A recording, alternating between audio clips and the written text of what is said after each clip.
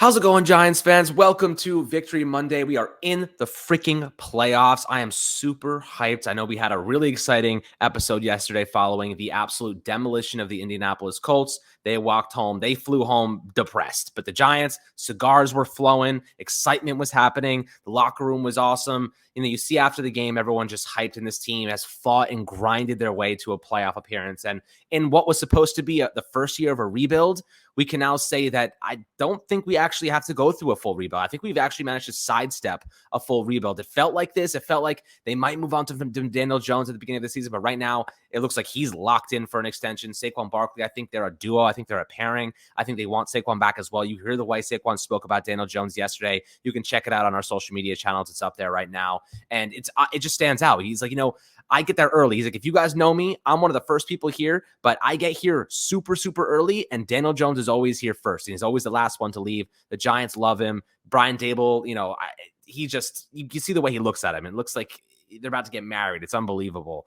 We love this combination. We love this duo. But today we have another player on our mind. Today we have a guy that wasn't getting all the attention in the world yesterday because Daniel Jones was having such an electrifying game. But this guy specifically deserves all the recognition in the world right now. One of the most underrated things Joe Shane did before the season was pick up the fifth-year option of Dexter Lawrence. I want to talk about Dexter Lawrence. I want to talk about his stats right now. The guy is on freaking fire. He is having one of the best seasons from a defensive tackle in the league and one of the best we've seen from a Giant player in a very long time. This is a player we want to extend. We need to extend. He's a pillar, a focal point on this defensive front. But Anthony, when you're looking at Dexter Lawrence, sexy Dexy, how you feeling about him? Yesterday picked up another sack. I think that's his 9th on the season. He's been absolutely electrifying. This is a pillar on this defensive line.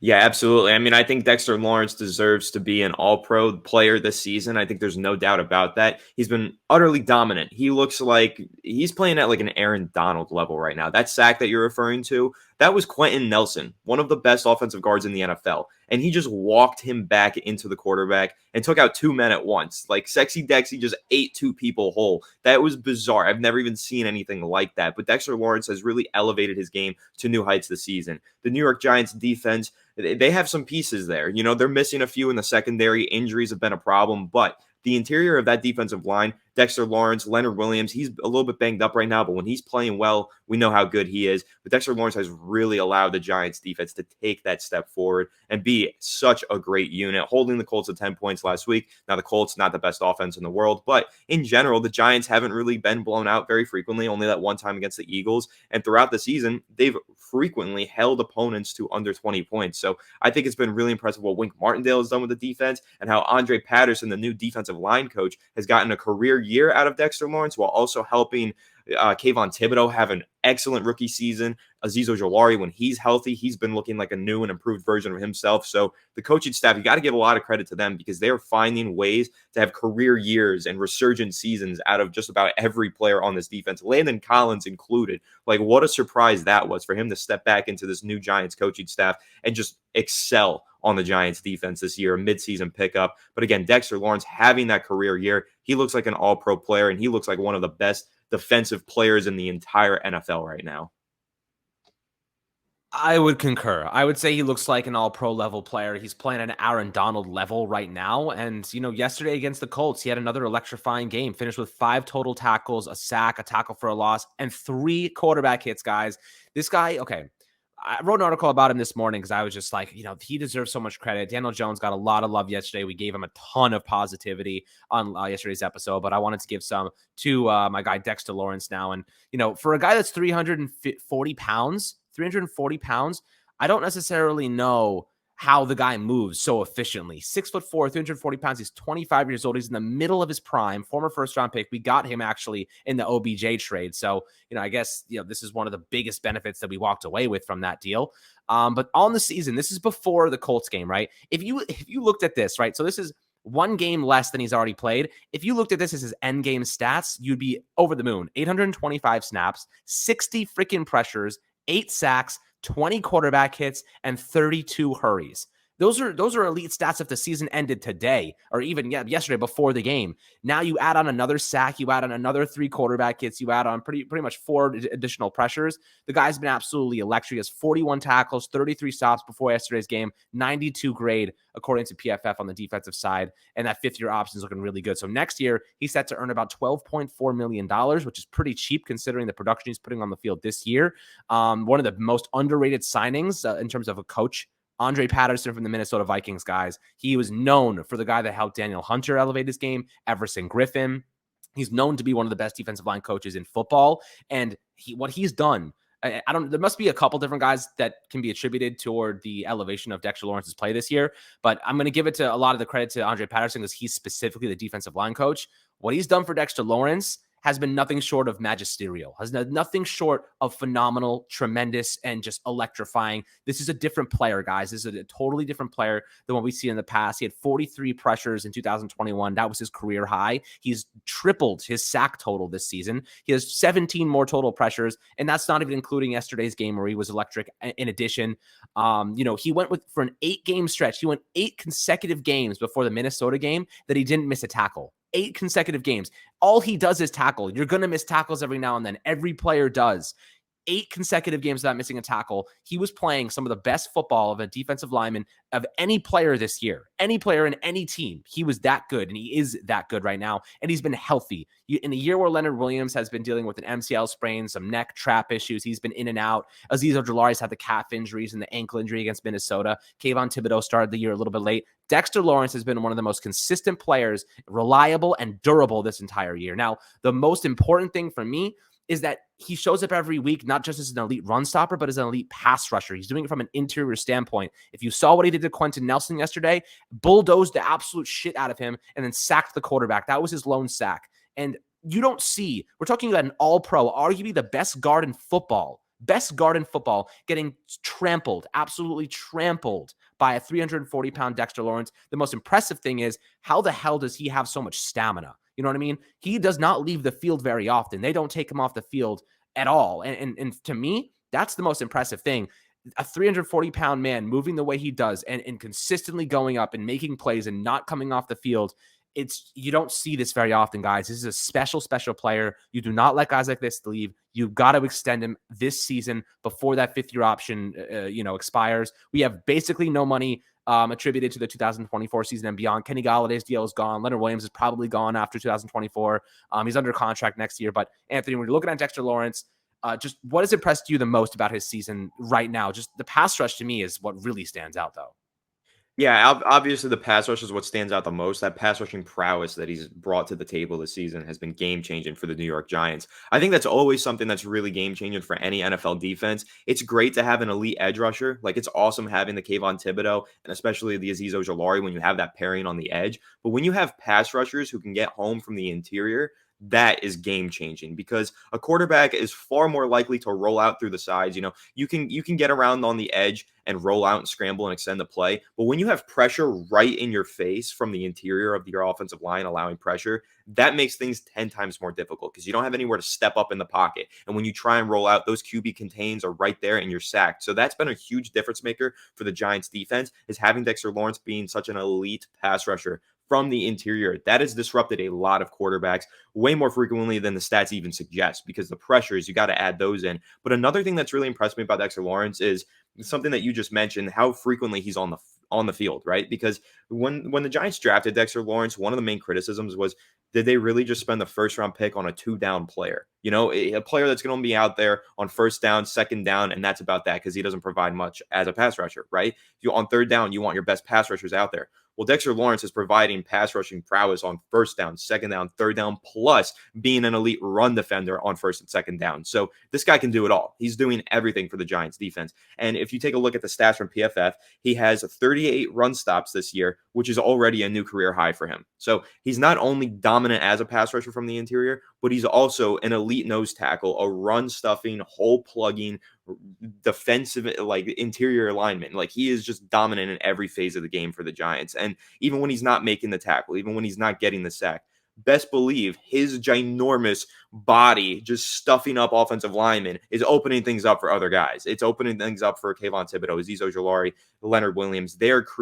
He's creating opportunities for them just by being such a force on the interior and by just having such a presence lining up against big offensive linemen, because he can outweigh and outmuscle anyone, as we just saw with that devastating sack on Quentin Nelson. So Dexter Lawrence, you really can't say enough about how he's taken his game to new heights and just the development that he's undergone this year. The first few seasons of his career, I mean, we knew Dexter Lawrence was a great player and he had the potential to be elite, but he's finally realizing that potential. And I don't think we ever saw him realizing it quite like this, because this is just another level of play from an interior defensive lineman. So again, you asked me what has stood out the most. It's the pass rush, but do not sleep on his run defending capabilities, because we already knew he was a great run defender from his first few seasons in the NFL, but he's still an elite run defender on top of being an elite pass rusher. He is truly a 3-down defensive lineman, and those are really hard to come by in the NFL.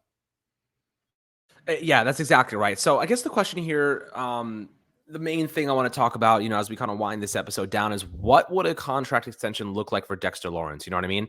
I like the 3-year deals. I like the 3-year contracts. You're going to guarantee a lot of money for him. He's been really durable, reliable for this team over the last 4 years. He's a player you can't afford to lose. Now, a lot of people will reference Dalvin Tomlinson, Jonathan Hankins as guys that we've let walk in the past, defensive tackles we let walk. I think that trend ends now. I think that strategy comes to an end. I think Dexter Lawrence is a guy that provides not only elite run blocking, or rather run stopping, but elite pass rush as well from a defensive tackle position. You don't find players like this very often. These are rarities, right? These are rare types of players that you just don't replicate in the draft. You can't find guys that do it at this level, at this pace. For an entire season. So right now, I would say I'd give him a $3 million deal at probably around $15 million per season. I think 3 years, $45 million is a pretty good deal for a defensive tackle.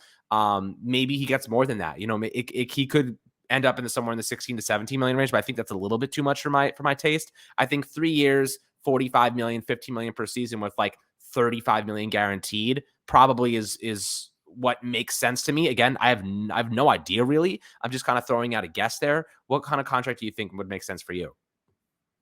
Yeah, I think when you look at the salaries of the top defensive linemen in the NFL, Dexter Lawrence, I mean, where you're projecting him right now, it sounds realistic, 15 million per year, but with the season that he's having, I assume that he's going to go to those negotiations and push for a whole lot more, because the best defensive linemen in the NFL are making a lot of money now. Aaron Donald, of course, he's Aaron Donald. That's a whole different conversation. He's making 31 million a year. That's 10 million more than the next best guy, which is just absurd, but it's Aaron Donald. He's one of the greatest players ever.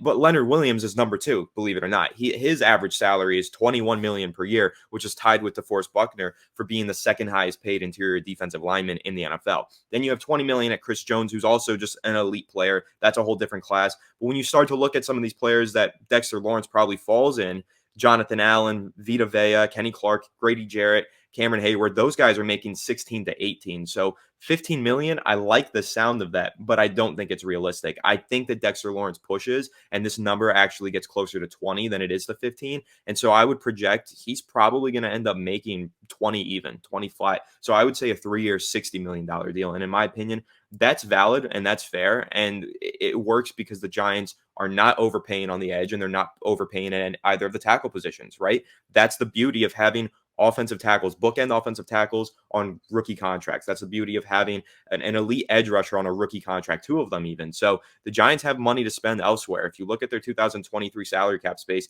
they've got a lot of it. They can spend on it and they can go ahead, bring in new talent, but also retain the talent that they have. That in-house talent, Saquon Barkley needs a new deal. Daniel Jones needs a new deal. Of course, Dexter Lawrence needs a new deal.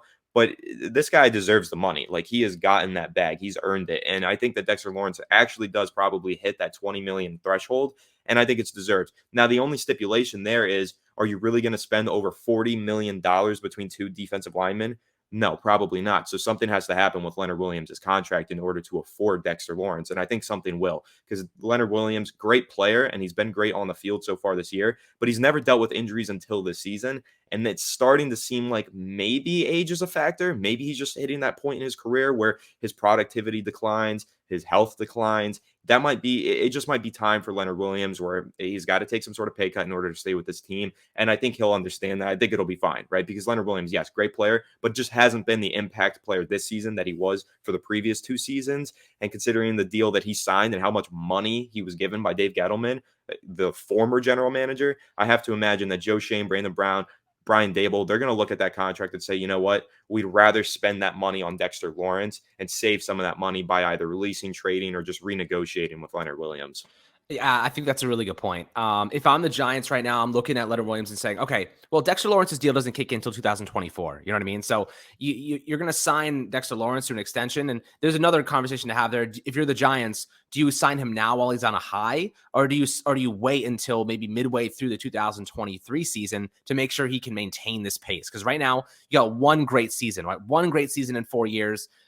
We got to make sure that it's going to be consistently like this. You know, if you give him $20 million a year and next year he just doesn't perform as well, it just, maybe his it just drops off a bit, or maybe averages out a little bit more.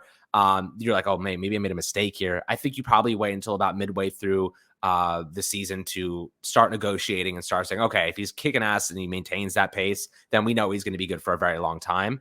I think that's probably safe for both sides. That way you have a half a season to negotiate and figure things out. So that's good. That's a good thing in my opinion. I think that would be a good mix for the two sides to reconvene probably halfway through the 2023 campaign. But looking at Leonard Williams' deal, as you mentioned, big money there, $18 million base salary, $32.2 million cap hit with a $20.2 million dead money. So Giants only save $12 million if they cut him. If they cut him post June 1st, they save $18 million. So look, I don't think Leonard Williams is a guy that we should be getting rid of. I think maintaining this defensive line is a priority. I think that this could be an elite defensive front. So with that being said, I think that you say to Leonard Williams, how about this? We add another year onto your deal, and then we probably add a void year in 2025. That way we have you under contract for 2 more seasons. Look, he's been healthy his entire year. I don't necessarily think this is age getting the best of him. I think this is just the Giants had everyone had MCL sprains this year. Like half the team had MCL sprains. So I think it might have just been something that they were doing, maybe a workout exercise they were doing, or maybe the field.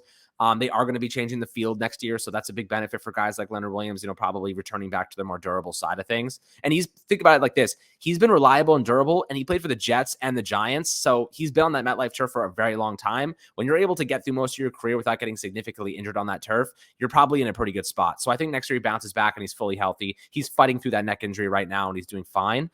So if I'm looking at Leonard Williams, I'd probably say I'd add a second year onto that deal. I'm not going to be paying him $21, $24 million per season. I think I'd probably lower that to about $17 million if possible. And you just add that second year on and you spread some of that cap hit from this season into 2024. And then he's gone after that. So maybe you add a void year in 2025, as I mentioned, to kind of push even more salary space into the future. That way you have a little bit more money to spend. But there's definitely things that the Giants can do to maybe convert some of it into a roster bonus and you just pay it out immediately.